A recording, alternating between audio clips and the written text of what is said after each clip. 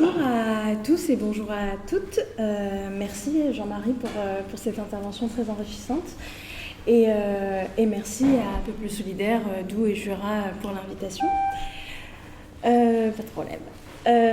Oui, alors peut-être pour me présenter très rapidement, moi je suis Salma Lamkadam et je suis chargée de campagne pour l'ONG Action Aide Peuple Solidaire. Le périmètre droits des femmes au travail duquel je suis responsable a pour objectif de documenter et de dénoncer à travers la planète toutes les violations des droits des femmes et des violences sexistes et sexuelles qui se jouent au travail. Nous avons pour objectif aussi de soutenir les luttes des femmes travailleuses dans le monde, principalement dans les secteurs industriels, comme par exemple le secteur du textile ou le secteur des jouets, et dans le secteur du travail domestique. Donc ce que vous voyez là le drapeau sur les invisibles qui se mobilisent, c'était dans le cadre de campagne de soutien à des travailleuses à domicile. Et une autre partie de notre travail, c'est de faire adopter des mesures contraignantes pour les entreprises qui permettent de garantir au maximum les droits des femmes au travail. Voilà. Donc ActionAid est une ONG de solidarité internationale, ça on l'a dit. On a parlé d'humanitaire tout à l'heure. Alors nous, on ne fait pas d'humanitaire, on ne fait pas du développement non plus. Plutôt, notre mission, c'est d'apporter du soutien aux femmes et aux hommes qui luttent pour, comme ce que je disais, leurs droits au travail et leur dignité. On fait ça en les soutenant directement ou en renforçant les organisations dans lesquelles ils et elles s'organisent. Donc ça peut être des organisations syndicales, des collectifs féministes, des assos, des ONG, etc. Et Action Aide fait partie d'une fédération internationale. Dans le monde, il y a un petit peu moins de 50 Action Aid, 48 plus précisément, répartis sur les 5 continents.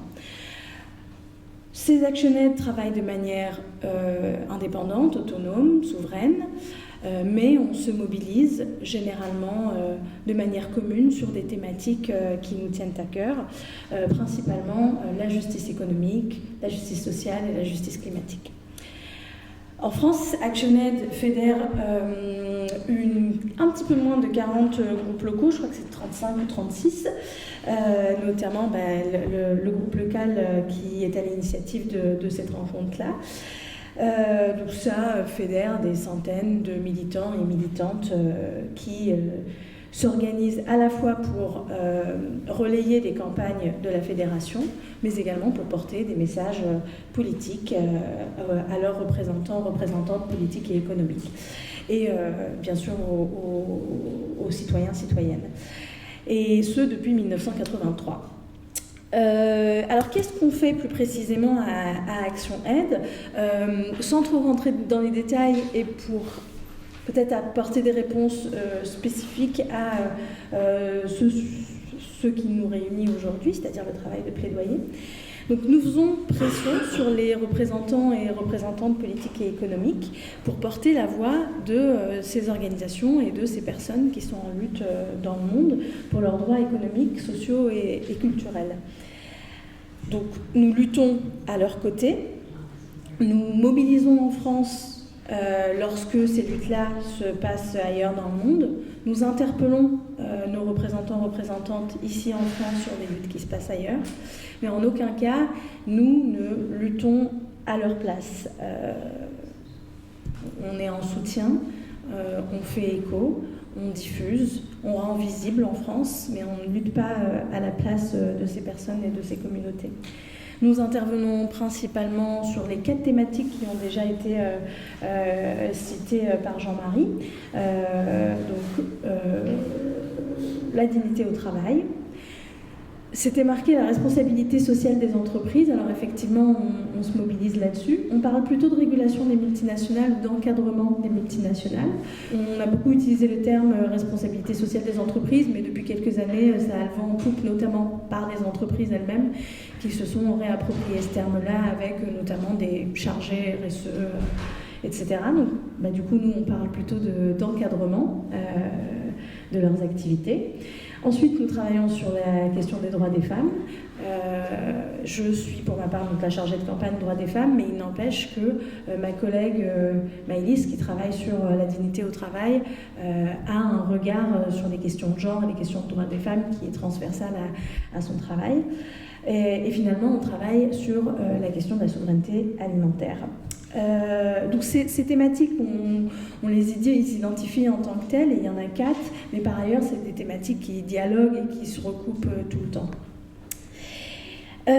Comment est-ce que nous agissons? Alors, on agit en campagne, et ça veut dire que nous menons des activités de plaidoyer, nous menons des activités de mobilisation publique, nous menons des contentieux, on assigne en justice les entreprises qui ne sont pas conformes à la loi. Et on soutient ponctuellement des luttes qui sont en adéquation avec les valeurs de l'association. Peut-être pour vous donner des exemples très simples et qu'on pourra approfondir par la suite. En matière de plaidoyer, nous agissons aujourd'hui, et donc depuis plusieurs années, pour qu'il y ait des règles contraignantes qui permettent de prévenir les droits humains et les droits environnementaux sur les chaînes d'approvisionnement des entreprises françaises et qui permettent de donner accès à la justice aux personnes victimes.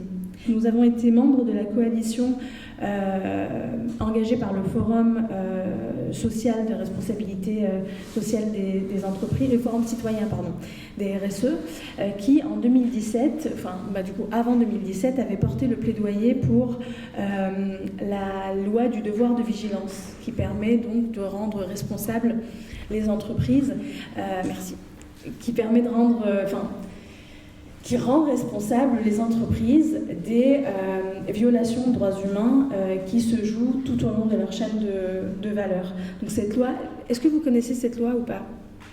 Ce serait bien de la rappeler. Ouais, je veux bien vous la rappeler parce que c'est un des outils fondamentaux qu'on a à Actioned, comme levier aujourd'hui de plaidoyer. Alors c'est une loi qui est assez inédite, elle existe uniquement en France, elle a été promulguée en 2017 et elle est entrée en vigueur en 2018, et elle rend responsables, comme je disais, les entreprises des violations à la fois des droits humains et des droits environnementaux qui se jouent sur la chaîne de valeur. Et c'est là où elle est pionnière, y compris lorsque ces chaînes de valeur-là aboutissent à l'étranger, et y compris lorsqu'il y a myriade de filiales, fournisseurs, sous-traitants, sous-traitantes, sous-traitants, etc. Jusque-là, une entreprise française, on pouvait...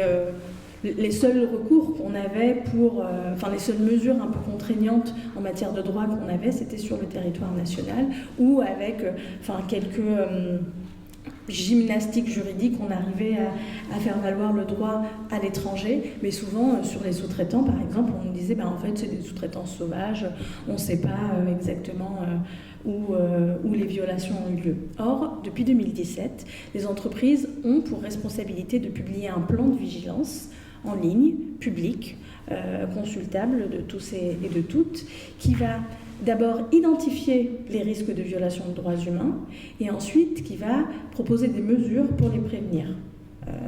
Par exemple, avoir des mécanismes d'alerte et de signalement pour les salariés. Par exemple, quand on est dans un pays où on identifie comme risque la répression syndicale, de mettre en place des mesures spécifiques pour atténuer ce risque-là, etc. Et donc cette loi, elle est formidable pour les ONG. C'est vraiment un outil qui est important et qui nous permet justement, quand on travaille comme Actioned par l'accès au droit, de créer des cadres contraignants pour les entreprises. Et donc, malgré les insuffisances de cette loi, on pourra en reparler, nous, à Actioned, on se bat pour la voir s'étendre à la fois au niveau européen, et ça c'est en cours, il y a une directive de l'Union européenne pour un devoir de vigilance élargi au niveau européen, et également mondial.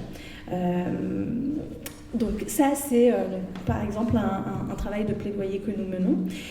Nous intervenons également sur des luttes ponctuelles. Typiquement, en 2018, on a vu comme plusieurs personnes sur les réseaux sociaux que des ouvrières d'une filiale turque d'Yves Rocher venaient de se faire limoger en masse dans un mouvement de répression syndicale extrêmement fort parce qu'elles avaient fait le choix de s'affilier à un syndicat local qui s'appelle Petrolich. La filiale turque qui s'appelle Flormar a décidé de licencier d'abord par grappe 12, 15, 6, puis 65. Et finalement, au bout de quelques mois, sur les 370 salariés de l'usine, on s'est retrouvé avec 137 ouvriers, principalement ouvrières, qui ont pris la porte, qui ont été limogés sans aucune raison valable, sur une filiale française à un moment où le devoir de vigilance avait déjà été adopté. Et du coup, nous, à l'époque, on s'est mobilisés, on a été en Turquie, on a récolté des témoignages, on a fait en sorte que le public en France soit mis au courant assez largement de cette lutte-là. On a interpellé Brice Rocher, qui est président du groupe Rocher et président du conseil d'administration de Flormar, sur ces exactions, ces abus, ces violations de droits humains sur des chaînes de valeur françaises. Donc, voilà un exemple de comment on a soutenu cette lutte-là. Et je reste sur le même exemple. Je vous disais, on fait des contentieux. Et le 23 mars dernier, après de multiples péripéties, avec l'ONG Sherpa, le syndicat Petrolich et 34 requérants et requérantes anciennes salariées de Flormar, nous avons porté plainte contre Yves Rocher au tribunal judiciaire de Paris. Pour manquement à son devoir de vigilance parce que Yves Rocher n'avait pas suffisamment identifié justement les risques liés aux répressions, à l'environnement répressif en matière de syndicats en Turquie, mais également au harcèlement sexuel, parce qu'on a recueilli des témoignages de femmes qui nous disaient être victimes de harcèlement sexuel, de discrimination basée sur le genre parce qu'elles étaient structurellement moins bien payées que les hommes, etc. Donc voilà trois manières un peu les plus larges sur lesquelles on se mobilise, ou en tout cas sur lesquelles moi je me mobilise en tant que chargée de campagne. Là-dessus, je suis très bien appuyée par ma collègue qui est... j'ai des collègues qui sont chargés de communication, de collecte, et une collègue qui est chargée de mobilisation. Peut-être pour vous dire deux mots sur le type de plaidoyer, donc on pourra revenir sur les luttes qu'on soutient parce que les luttes qu'on soutient nourrissent notre plaidoyer et inversement, mais pour être plus spécifique alors sur le plaidoyer, j'essayais de réfléchir à comment décrire le plaidoyer d'ActionAid, comment le qualifier.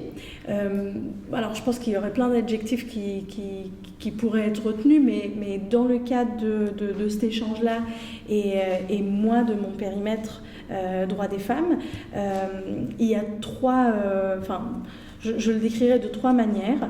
D'abord, je dirais qu'on a un plaidoyer qui est vraiment combatif. On s'engage dans des luttes qui sont difficiles et qui sont de longue haleine. On a pour objectif d'obtenir des changements qui sont durables et on interpelle sur des thématiques qui ne nous font pas que des amis, quoi. On touche à des entreprises, on touche à des grandes entreprises. Je vous citais Yves Rocher, mais on a également un contentieux contre Auchan qui était présent... qui était dans l'usine du Rana Plaza qui s'est effondrée il y a quasiment 10 ans maintenant au Bangladesh.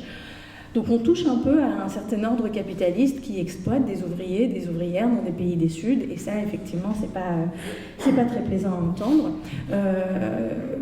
Tout à l'heure, Jean-Marie, vous parliez du coup d'ONG qui font le choix d'être un petit peu intermédiaires entre l'intérêt public et les entreprises, en citant l'exemple de Lafarge. Pas de bol, en plus de Lafarge, on a appris qu'ils avaient des liens qui finançaient Daesh, donc c'est vraiment pas de bol pour WWF. Nous, c'est pas un choix qu'on aurait fait, en plus de la prédation économique, des expropriations des terres, du néocolonialisme de ce type d'entreprise. Il y a eu cette affaire-là avec Daesh. Nous, on ne se retrouvera jamais dans des cas comme ça parce qu'on fait le choix de ne pas avoir cet espace de dialogue avec les entreprises. Parce qu'on estime qu'on ne veut pas des petites réparations ponctuelles par-ci par-là, mais ce qu'on questionne et ce qu'on interroge, c'est vraiment le système qui fait que, qui génère et qui entretient cette exploitation-là, enfin ces exploitations. Ensuite, une autre manière qu'on a d'envisager le plaidoyer, c'est de ne jamais se lancer seul. On fonctionne toujours par alliance. Ça, c'est le cas de plusieurs ONG, plusieurs assos, notamment petites comme la nôtre. Donc on fait partie de coalitions, d'alliances, peu importe comment on les appellera, mais toujours avec des organisations syndicales, des collectifs, des associations, des ONG, des associations ou des regroupements de personnes qui ont des valeurs similaires aux nôtres. À ce titre d'exemple, je citais le Forum citoyen pour les RSE, avec lequel on a cofondé avec Amnesty, avec WWF, avec le CCFD, Sherpa, etc. Moi, de mon côté, je mobilise pas mal avec le comité politique de Nous Toutes, par exemple, sur les questions de violences sexistes et sexuelles ici en France, et pour porter aussi la question des violences sexistes et sexuelles sur les chaînes d'appro des entreprises françaises. Mais il faut imaginer un peu le gros poisson et le banc de poissons, le banc de petits poissons derrière qui forment un gros poisson et qui court derrière, qui arrive des fois à obtenir quelques victoires. Et ensuite, et là encore, notre plaidoyer pourrait être décrit de mille autres manières, mais c'est ce que je retiens pour cette discussion-là. Notre plaidoyer est féministe, car notre association a une charte dans laquelle elle se définit, dans laquelle elle pose ses valeurs féministes. Et du coup, dans les campagnes que nous menons, dans les coalitions dans lesquelles nous sommes actifs et actives, nous avons une vigilance particulière à porter la question de l'approche de genre ou de la dimension de genre dans les espaces auxquels on va participer. Typiquement, on a fait du plaidoyer pour porter la question du devoir de vigilance, comme je vous disais. Certes, on l'a fait, mais on a également porté comme axe de lutte et comme axe de plaidoyer la question des violences spécifiques dont sont victimes les femmes sur ces chaînes d'approvisionnement. En fait, c'est une question qui est suffisamment invisibilisée, qui est suffisamment un angle mort des associations pour noter que nous, on tient à porter ces questions-là sur ces espaces.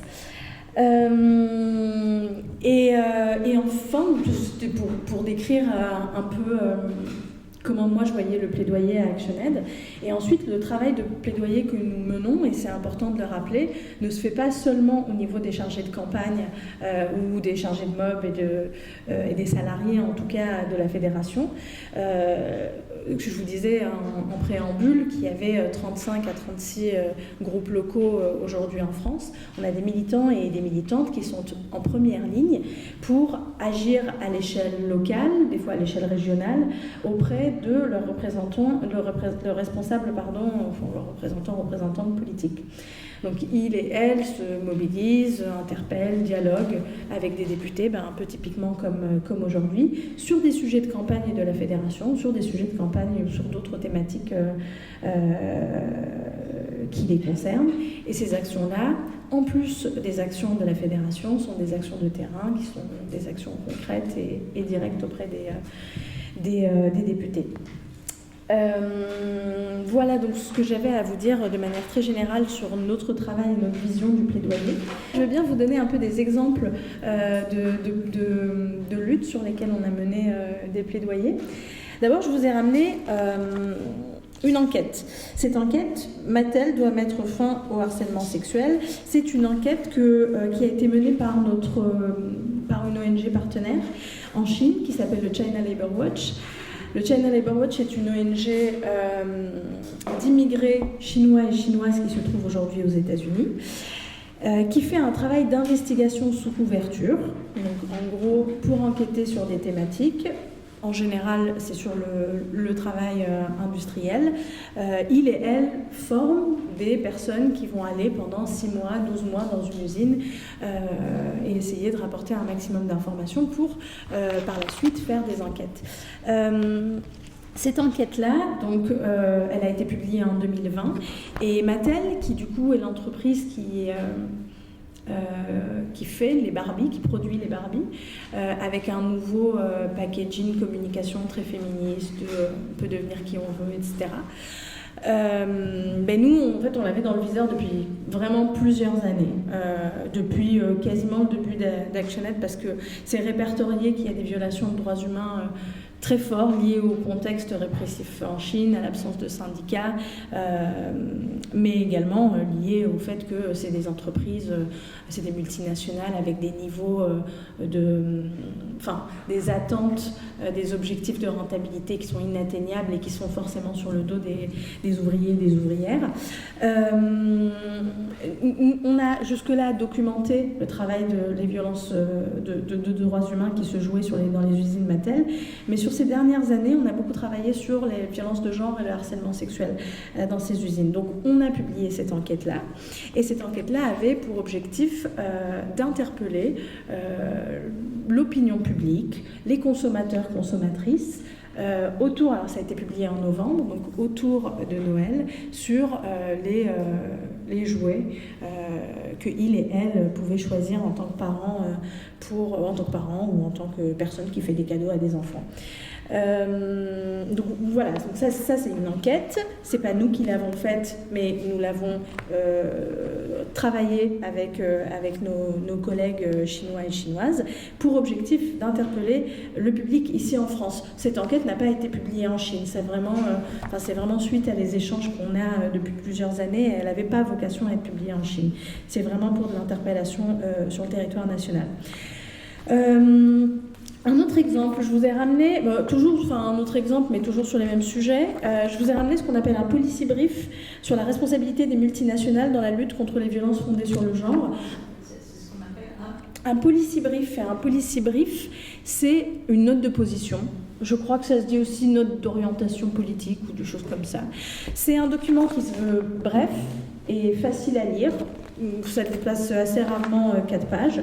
Et en général, quand on a une expertise on a une expertise sur une thématique qu'on veut vulgariser et diffuser au maximum, notamment à des représentants et représentantes politiques, c'est intéressant d'avoir un policy brief. Donc ce policy brief date de mars 2020 et il reprend un peu toutes les recommandations, tout le contexte qu'on sait identifier sur les violences spécifiques, qui visent spécifiquement les femmes. Les recommandations sur lesquelles on travaille depuis plusieurs années. Et puis, là-dessus, il y a un appel à faire ratifier la Convention 190 de l'Organisme international du travail, dont je vous reparlerai tout à l'heure. Mais en tout cas, voilà, on a une demande très claire aux responsables politiques d'agir sur la législation en ratifiant une convention et en la traduisant en loi, quoi. Donc ça, c'est un policy brief. Ensuite, ce que je vous ai rapporté, je vous ai ramené un rapport. J'ai fait exprès de prendre un peu des exemples différents, comme ça vous voyez un peu le champ d'intervention qu'on peut avoir et comment, en fait, d'un document à l'autre, les publics ne sont pas les mêmes et les objectifs ne sont pas les mêmes. Ici, on a un rapport qui a été rédigé par ActionAid International à la base, qu'on s'est réapproprié, qu'on a traduit d'abord, et puis sur lequel on a intégré quelques éléments qui sont propres au contexte français. Ce rapport, pareil, c'est sur les multinationales et les droits des femmes, et ça concerne justement ce devoir de vigilance de 2017, et c'est un appel à ce que cette loi-là intègre au maximum la dimension de genre. Là,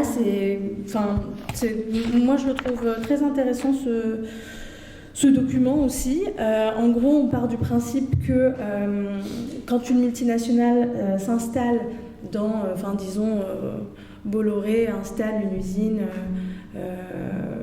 en Afrique de l'Ouest,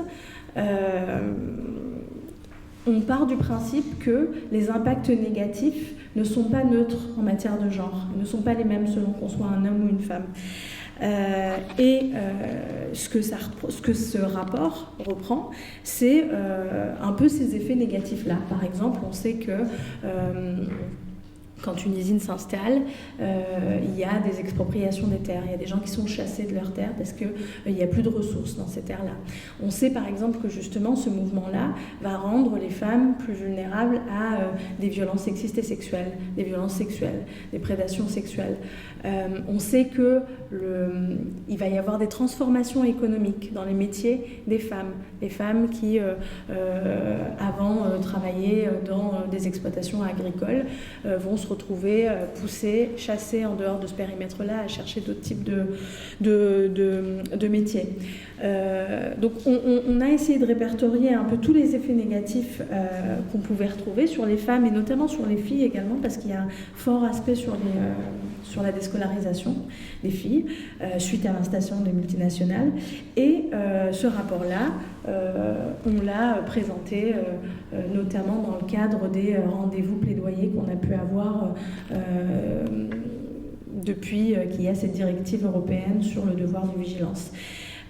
C'était publié en septembre 2020, donc en fait en France la loi existait déjà, mais ça n'empêche pas qu'on continue nous à faire ce travail de plaidoyer pour que la loi intègre ces éléments-là de manière plus ambitieuse et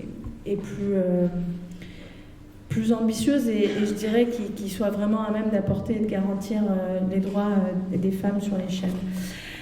Et enfin, je vous ramène, malheureusement la couverture a sauté, mais notre tout dernier, alors comment on pourrait appeler ça ? Nous on a appelé ça un rapport, mais c'est un rapport qui a été fait après qu'on ait mené quelques enquêtes. Cette fois-ci c'était nous, à la fédération, c'est la personne que j'ai remplacée qui s'appelait Alice Bordassar qui a travaillé sur ce document. Ce document s'appelle Vigilance Zéro et pareil, on est sur les violences sexistes et sexuelles dans les multinationales. Donc ce qu'on a fait, c'est qu'on a fait des enquêtes dans plusieurs industries, l'industrie du numérique, l'industrie de l'hôtellerie, l'industrie de l'hôtellerie, du textile et de l'agriculture.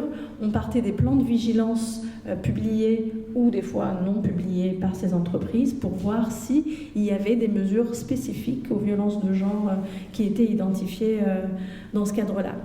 Donc voilà.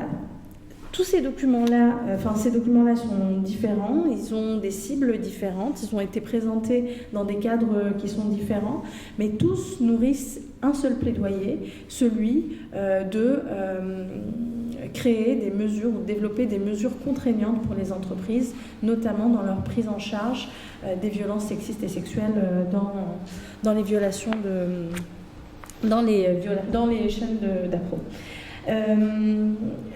Et là-dessus, pour justement pour mener à bien ces luttes-là, on a eu sur les dernières années 2 gros axes de plaidoyer. D'abord, je vous le disais, sur le devoir de vigilance. Donc, on s'est organisé avec une alliance élargie d'ONG et de syndicats. Oui, il y avait la CGT et la CFDT qui étaient dedans, que je n'ai pas mentionné tout à l'heure. Pour justement faire en sorte que cette loi, qui, vous vous en doutez bien, n'était pas du tout la bienvenue pour les entreprises, pour qu'elle soit adoptée, elle a finalement été en 2017. Donc là, je ne reviendrai plus là-dessus, on pourra en reparler, mais je vous en ai parlé tout à l'heure. Et ensuite, il y a j'ai mentionné tout à l'heure la Convention 190 de l'OIT. Ça a été un gros travail de plaidoyer sur les dernières années. En 2019, après une lutte assez acharnée des syndicats du monde entier, il y a eu l'adoption par l'Organisme international du travail d'une nouvelle convention, la Convention 190, qui est relative à l'élimination des violences et du harcèlement dans le cadre du travail. Donc c'est la Convention 190 et elle constitue le premier texte international qui est contraignant, et j'insiste sur ce terme parce qu'on a plein de textes, on a plein de lois mais qui ne sont pas contraignantes. Là, on a du contraignant et qui vise à lutter tout type de violence et tout type de harcèlement, y compris sexuel, dans le cadre du travail. Et cette loi,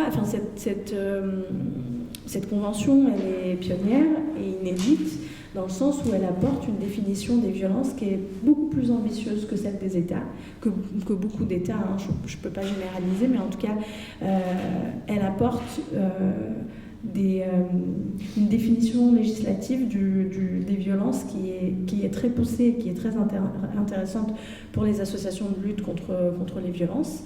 Elle est également intéressante parce qu'elle concerne des secteurs qui jusque-là n'étaient pas très pris en compte par l'OIT, comme le travail domestique et comme le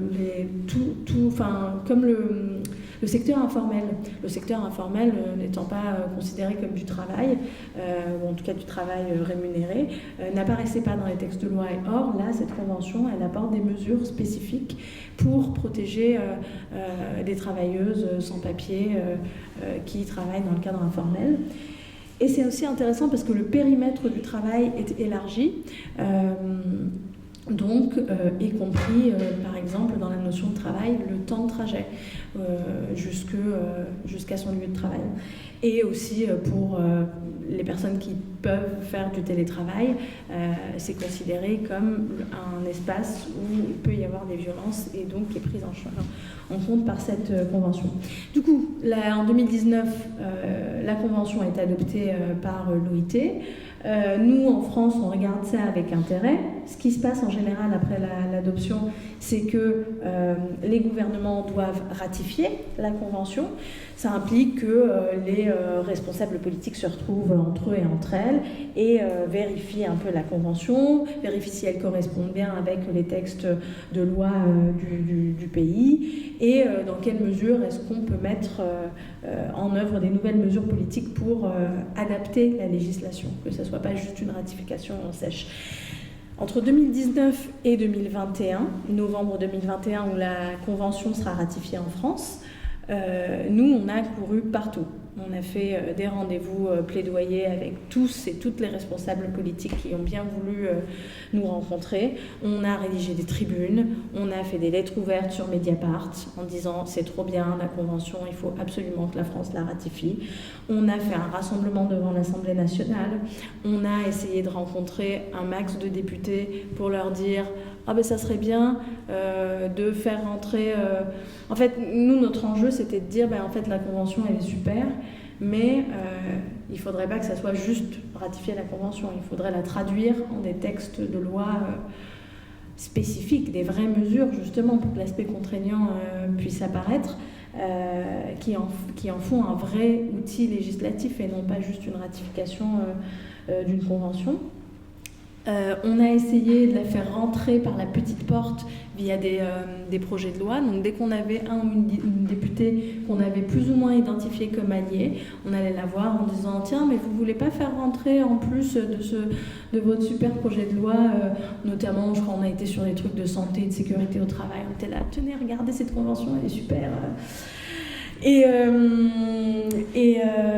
donc alors, qu'est-ce qu'on a obtenu ? On a obtenu une victoire à demi-teinte, c'est-à-dire qu'en novembre 2021, la France a ratifié, après le passage au Sénat, la Convention 190 de l'OIT. C'était une année où la France avait, avec le Mexique, le porte-parole et l'organisation du Forum Génération Égalité, qui est un forum sur l'égalité femmes-hommes qui a mobilisé, qui était organisé à l'initiative de l'ONU, donc qui était vraiment... avec un impact international. Et du coup, il y avait des attentes de la part de la France qui a dit, bon, très bien, on va la ratifier, votre convention. Par contre, après avoir épluché le droit, nos responsables nous ont dit, mais en fait, on a l'impression que le droit français est plus outillé et plus doté en matière de mesures de lutte contre les violences faites aux femmes. Du coup, on la ratifie, votre convention, mais c'est tout. Donc en fait, la ratification a été faite, mais juste on n'en a plus jamais entendu parler. Ça n'a rien créé de nouveau pour les femmes victimes de violences dans le cadre du travail. On en est rendu à ça aujourd'hui. Nous, on a fait... Le gouvernement, on savait que le gouvernement allait faire ce qu'on appelle une étude d'impact pour un peu évaluer la nécessité ou non de ratifier. Nous, on a devancé le gouvernement et on a fait notre contre-étude d'impact qui reprenait 5 recommandations qu'on estime majeures pour une adoption audacieuses et pertinentes de la loi. Parmi celles-ci, et on n'est pas parti de nulle part en fait. Les conventions de l'OIT, donc c'est des conventions qui peuvent être signées ou non par les pays. Et à côté, il y a toujours des recommandations qui sont un peu des modes d'emploi de la convention. En général, les conventions, c'est des textes, vous voyez, c'est des textes de loi qui concernent tous les pays du monde, donc c'est quand même assez... il y a un peu de compromission, il y a un peu de on va faire plaisir à tout le monde, on veut que tout le monde signe. Mais derrière, sur les recommandations, on a une série de recommandations desquelles on peut piocher, les gouvernements peuvent piocher, et c'est réellement ça qui permet de créer du changement. Et donc nous, on est partis de nos expériences. Je dis nous parce qu'on était il y avait ActionAid, la CGT, CARE, France, et on a été rejointe par Human Rights Watch l'année dernière, en cours de route, quoi. Nous, on a fait une contre-étude d'impact, et sur cette contre-étude d'impact, on se basait sur le mode d'emploi là dont je vous parlais. Et parmi les recommandations qu'on a, c'est par exemple créer des droits sociaux pour les femmes qui sont victimes de violences conjugales, créer des droits sociaux relatifs au travail, c'est-à-dire des réaménagements d'horaires. Par exemple, je suis dans un foyer violent que je dois quitter, et j'aimerais pouvoir avoir des réaménagements d'horaires pour aller déposer mon gosse à la crèche. J'aimerais avoir droit à démissionner en touchant le chômage, ça existe encore, ça existe plus ou moins actuellement. Droit à la mobilité, non pas parce qu'il faut bouger les femmes victimes, mais parce que j'ai fait le choix de partir ailleurs. Aujourd'hui, le droit français, le droit n'est pas discriminatoire et donc ne peut pas prévoir des droits spécifiques pour une partie des femmes. Et donc c'est ce qu'on nous répond. Mais c'est le gros travail de plaidoyer qu'on mène aujourd'hui. On aimerait qu'il y ait des droits sociaux comme en Nouvelle-Zélande, comme au Brésil, comme en Espagne, pour les femmes victimes. On aimerait typiquement des congés spécifiques, des congés pour aller faire des papiers administratifs, pour aller porter plainte, pour souffler, pour se reposer, etc. Donc on a ça comme axe de plaidoyer avec toujours la même alliance. On travaille aussi sur ce que je vous disais, sur les violences sexistes et sexuelles sur les chaînes d'approvisionnement. Donc on voudrait que la France s'engage avec des mesures concrètes à prévenir les violences de genre qui se jouent sur les chaînes d'approvisionnement. C'est-à-dire que si moi j'achète ce pull demain qui a été pensé en France mais cousu en Chine, puis après les boutons ont été faits en Roumanie, puis finalement tout l'assemblage a été fait au Maroc pour revenir en France, j'aimerais que la France s'engage à ce qu'il n'y ait pas de violence de genre sur tout ce cercle-là. On a également d'autres axes de plaidoyer, comme par exemple on souhaiterait qu'il y ait des formations obligatoires dans toutes les entreprises. On voudrait, comme les associations féministes, 1 milliard d'euros pour les femmes victimes.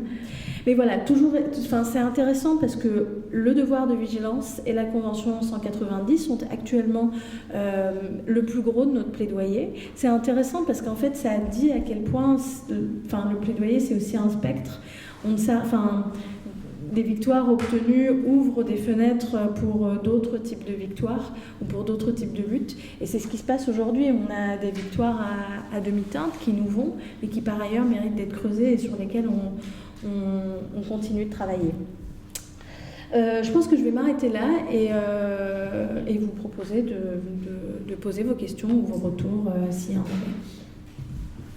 Donc ce que j'ai appris en tout cas des actions que tu as décrites, c'est qu'il y a deux choses importantes dans le plaidoyer dont je n'avais d'ailleurs pas parlé. La première, c'est qu'elle se poursuit aussi au tribunal, que le plaidoyer devienne la plaidoirie. Là, tu as parlé de partenariat avec Sherpa, et William Bourdon est un avocat extraordinaire qui attaque les multinationales devant les tribunaux. Et souvent, c'est vrai qu'une action de plaidoyer se termine parfois au tribunal, et là aussi, il faut que les associations soient compétentes, fassent appel à des partenariats avec des personnalités réputées dans le domaine du droit. Ça, c'est une première chose. Et la deuxième chose dont on n'a peut-être pas assez parlé, c'est l'activisme actionnarial. C'est le fait que des citoyens achètent une action ou 10 actions dans une multinationale pour pouvoir être présents à l'Assemblée générale et interpeller les dirigeants sur, par exemple, l'application de la loi dont tu parlais. Ils ont la possibilité de prendre la parole dès qu'ils sont actionnaires, et donc c'est une action qui est utilisée par les associations aussi. Je ne connaissais pas. Alors, juste pour aller dans le sens de ce que tu viens de dire, à une époque, nous avions une adhérente individuelle qui avait des actions chez Mattel et qui allait systématiquement à l'Assemblée Générale de Mattel pour les interpeller sur les conditions de travail des femmes en Chine, dans les fabrications de jouets et autres. Et elle le faisait. Malheureusement, elle est partie.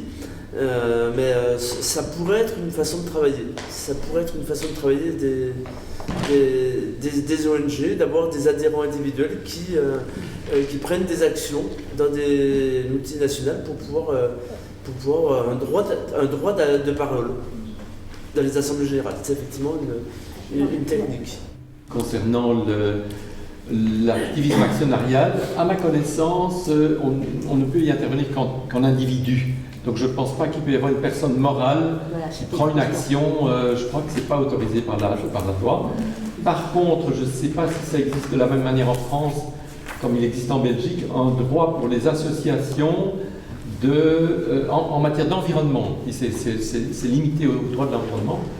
Elles peuvent ester en justice de manière collective pour protester contre des atteintes à l'environnement. Donc le droit d'ester en justice pour une association qui défend l'environnement est dans la Constitution et dans la loi.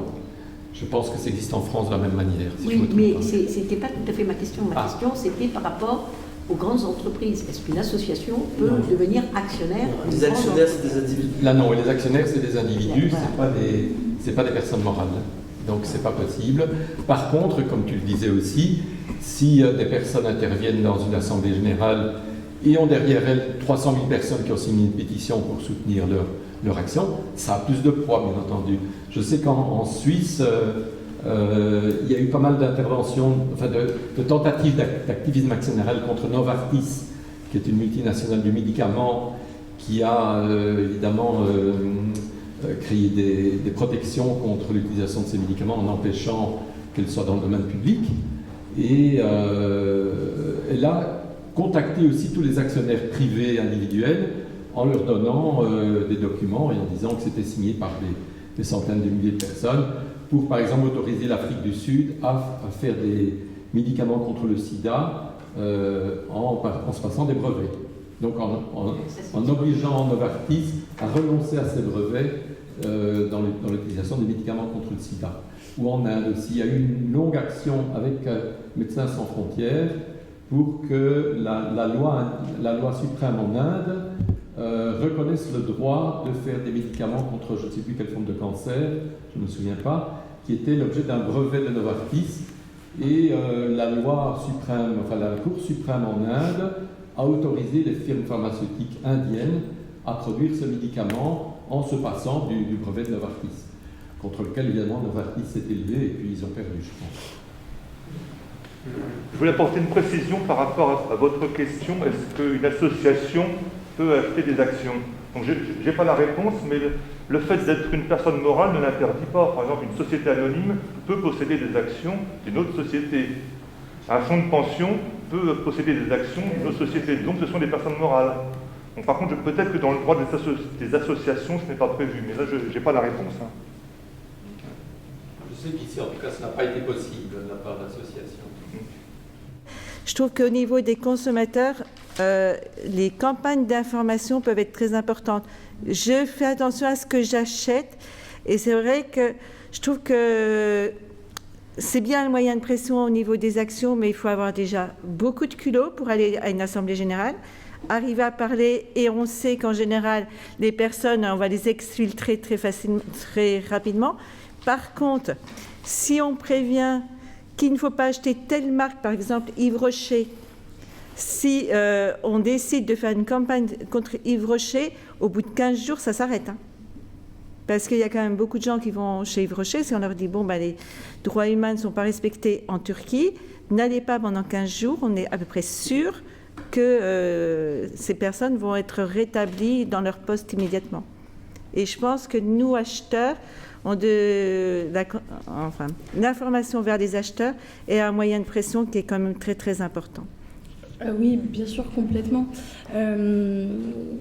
Alors, pour vous répondre, ou peut-être juste pour aller dans votre sens, hein, effectivement, nous, par exemple, la semaine dernière, quand on a signé en justice Yves Rocher, le lendemain, ma collègue chargée de mobilisation a organisé un temps de diffusion de tracts devant un Yves Rocher à Paris. Et l'idée, c'était d'aller vers les consommateurs et consommatrices et, sans les culpabiliser, leur dire en tout cas ce qui se joue en bout de chaîne du mascara qu'ils ou elles vont acheter. Il y a effectivement le collectif Éthique sur Étiquette qui a fait des super campagnes, notamment en allant mettre dans les poches des habits à Zara un petit mot en disant en fait voilà ce qui se passe en bout de chaîne au Bangladesh de ce jean ou de ce pull que vous avez acheté. Donc effectivement, c'est les campagnes d'interpellation publique et de mobilisation, c'est vraiment un outil qu'on sait vraiment efficace et qui, pour moi, en tant que militante, en dehors du coup de ma casquette de chargée de campagne, est aussi un espace de création de liens et de solidarité avec les gens. Moi, je trouve ça vraiment super. Peut-être juste pour nuancer, du coup, c'est pas si ces rassemblements-là, ces mobilisations, quand elles sont juste à but informatif, ça n'est pas exactement du plaidoyer. Voilà, c'est de l'interpellation, c'est de la mobilisation. Par ailleurs, elles peuvent avoir une visée. On peut faire signer des pétitions, on peut marcher ensemble jusqu'à l'Assemblée nationale, on peut prendre des photos et les intégrer dans un document. Elles peuvent avoir une visée de plaidoyer, mais c'est pas systématique. Des fois, c'est de l'interpellation, de la com, et c'est très bien aussi. Pour moi, il faut distinguer deux choses, et ça, on aura l'occasion d'en reparler cet après-midi. Est-ce qu'on a envie de créer du changement sur des pratiques individuelles, ou est-ce qu'on a envie de créer du changement sur la loi? Si on dit aux gens de ne pas aller à Yves Rocher, de boycotter Yves Rocher, on souhaite qu'ils et elles fassent jouer leurs droits de consommateurs ou de consommatrices et d'éviter un magasin. Ça, c'est une chose. En revanche, si on utilise, si on se sert de cette mobilisation qu'il y a eu autour d'Yves Rocher, de la présence de centaines de personnes, de ces images, de ces pétitions qu'on a fait signer, etc. Si on se sert du nombre de personnes qui ont participé pour aller chercher du changement législatif, pour aller chatouiller des représentants et représentantes politiques en leur disant regardez, on a 300 000 signataires sur le devoir de vigilance, là on est sur du plaidoyer. La mobilisation, l'interpellation publique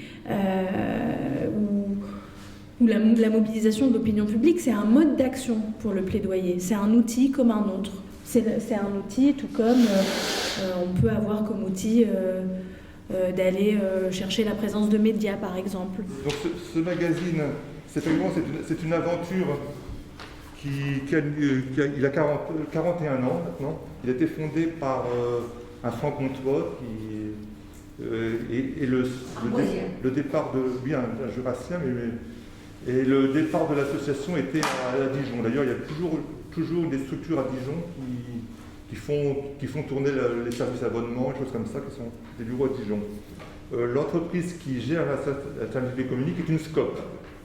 Donc c'est une société coopérative, c'est donc un média complètement indépendant. Il ne dépend pas de M. Bolloré ou de M.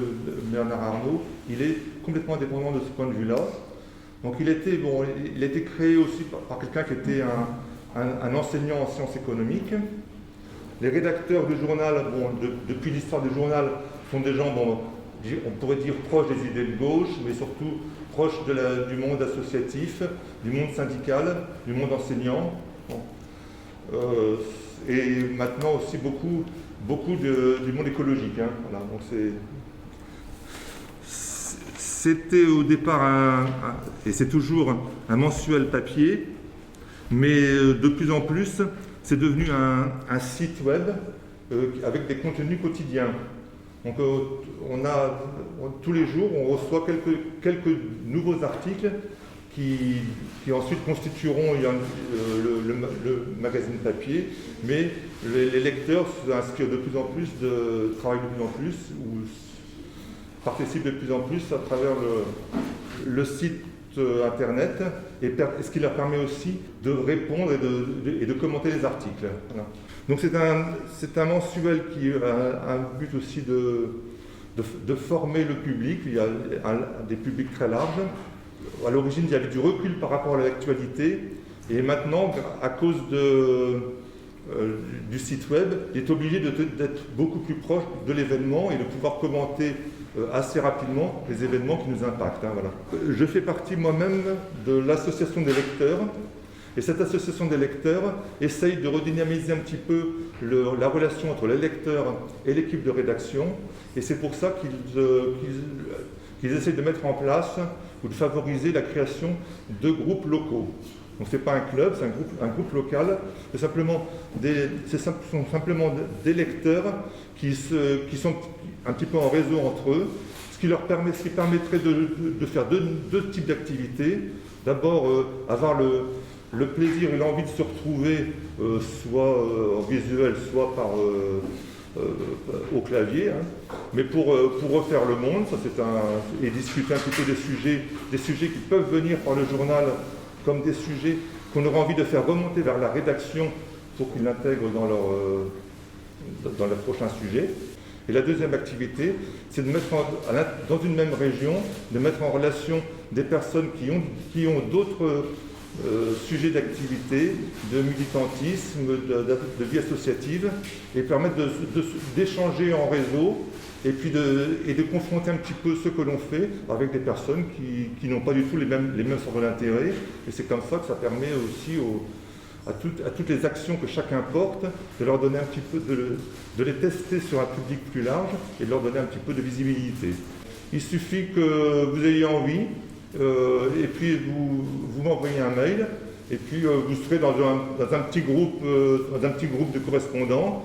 On essaiera peut-être de se voir une fois de temps en temps, faire une réunion à Besançon pour se retrouver. Il ne faut pas que ce soit contraignant. Pour le moment, je n'ai pas du tout le feu sacré pour faire quelque chose de militant et une spirale infernale et pour envahir vos boîtes mail, pas du tout. C'est vraiment pour le plaisir et l'envie de discuter ensemble. Vous pouvez m'envoyer un mail, puis simplement j'ai besoin de savoir votre nom, prénom et adresse mail, et puis vous avez envie qu'on puisse discuter ensemble. Voilà, c'est ça. Merci beaucoup.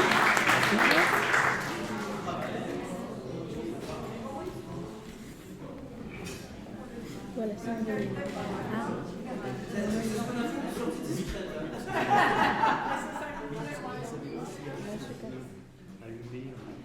Là-bas.